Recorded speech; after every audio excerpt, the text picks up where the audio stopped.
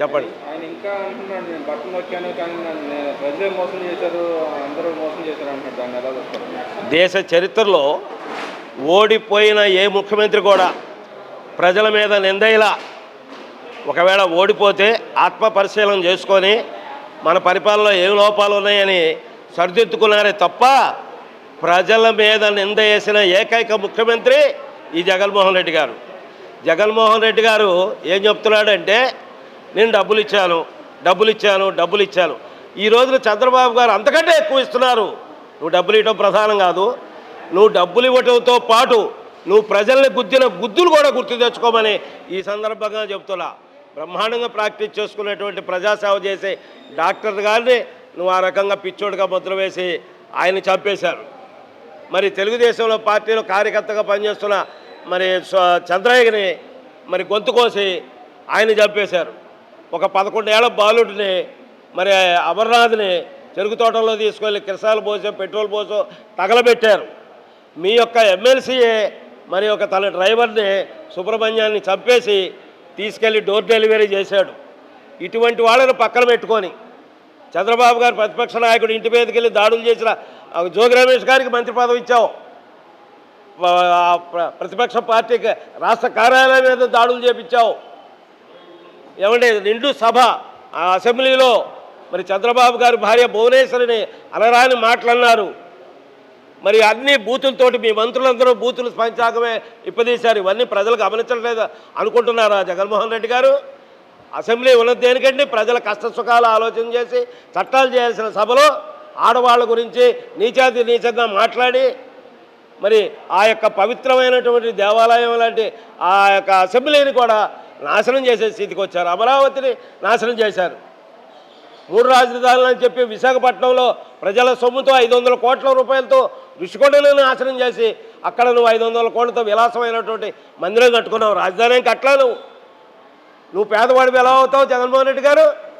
బెంగళూరులో 40 గదులతో మరి 30 ఎకరాలలో నువ్వు అక్కడ బ్రహ్మాండమైనటువంటి వసతులతో మరి ఉంది. హైదరాబాదులో లోటస్ పాండ్లో బ్రహ్మాండమైనటువంటి మరి వసతులతో ప్యాలెస్ కట్టుకున్నావు. విజయవాడలో 3 ఎకరాల్లో ప్యాలెస్ కట్టుకున్నావు. ఇవాళ వైజాగ్లో 500 కోట్లు నాశనం చేసి దాన్ని కట్టుకున్నావు. నీకు ఏ దేశంలో ప్యాలెస్లు లేవు? నువ్వు పేదవాడివా? ఈ యొక్క భారతదేశంలో ఉన్న ముఖ్యమంత్రులు అందరికంటే కూడా నువ్వే ధనవంతుడు అనేది.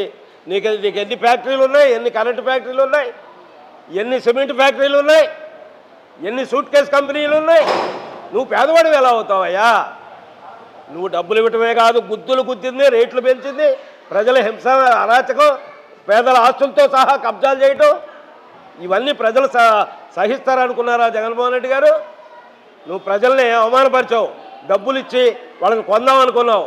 ఈ రాష్ట్ర ప్రజలు ఎప్పుడూ వాళ్ళకి ఆత్మాభిమానం ఉంటుంది. ఏ ప్రభుత్వం ఎలా పనిచేస్తుందో అర్థం చేసుకుంటారు. పొరపాటున మేమందరం నీకు పనిచేసాం. నీ యొక్క దాని ఫలితం కూడా ఈ 5 ఏళ్ళు మేము అనుభవించాం. ఇవాళ స్వర్ణయుగం వచ్చింది మా చంద్రబాబు గారు. అట్లాగే ఈ కూటమిని ఏర్పాటు చేసి ఈ విజయానికి కారణభూతమైనటువంటి మరి గౌరవశ్రీ మరి పేదల పెన్నిధి మా పవన్ కళ్యాణ్ గారికి కూడా ఈ సందర్భంగా శాల్యూట్ చేస్తున్నాం. అట్లాగే ఈ కూటమిలో జాయిన్ అయినటువంటి బీజేపీ పార్టీ మోదీ గారు కూడా మరి ఇందులో వారు కూడా భాగస్వామి అయినందున ఈ నష్టపోయిన రాష్ట్రానికి ఇదిగో కింద కేంద్రం నుంచి నిధులు ఇచ్చి ఈ రాష్ట్రాన్ని బాగు చేయమని ఈ సందర్భంగా వారిని కోరుతున్నాం. అలాగే ఇక్కడ జగన్మోహన్ రెడ్డి గారు ఇప్పటికైనా మారుతారనుకుంటున్నారు, అలాగే ఉంటాడు అనుకుంటున్నారు. ఇంకా పేదల దగ్గరికి వచ్చి ఇప్పుడు తిరుగుతూ అంటున్నాడు. పరదాల చాటున ఇండోలో ఉన్నాడు, ఇప్పుడైనా జగన్ మధ్యకి వచ్చి తిరుగుతూ అంటున్నాడు. వాళ్ళ కార్యకర్తల మీద దాడులు చేసి దానికి తిరగాలని చెప్పి అంటున్నాడు. దాన్ని ఎలా చూస్తారు? జగన్మోహన్ రెడ్డి గారి మనస్తత్వం తెలిసిన వాళ్ళు ఎవరైనా సరే, ఈ 5 సంవత్సరాలు ఆయన పరిపాలనా విధానం చూసిన వాళ్ళైనా సరే, ఆయన మొన్న ఎన్నికల తీర్పు తర్వాత కూడా ఆయన మాట్లాడిన విధానం చూసి ఈ రోజు వరకు కూడా ఆయన చేస్తున్నటువంటి ఎంపీలతోటి ఎమ్మెల్సీలతోటి చేస్తున్న అందులో కూడా మాట్లాడే విధానాలను చూసి ఈ రాష్ట్రంలో ఏ ఒక్కరు కూడా ఆయన మారతారని కానీ ఆయన గురించి ఆలోచన చేసేవాళ్ళు కానీ ఆయన ఏమైనా చెప్పుకోనండి. ఇక జగన్మోహన్ రెడ్డి గారి గురించి ప్రజలు ఆలోచించరు. ఆ పార్టీకి లేచేది లేదు, మళ్ళీ బతికేది లేదు. అది భూస్థాపితం అయిపోయింది, చచ్చి నేల కరుచుకుపోయింది. కాబట్టి ఇంకా 5 ఏళ్ళకు కాదు, 10 ఏళ్ళకు కాదు, ఈ యొక్క వైఎస్ఆర్సీపీ పార్టీ చరిత్ర ముగిసిపోయిందని ఈ సందర్భంగా ఘంటాపథంగా చెప్పగలుగుతున్నాం.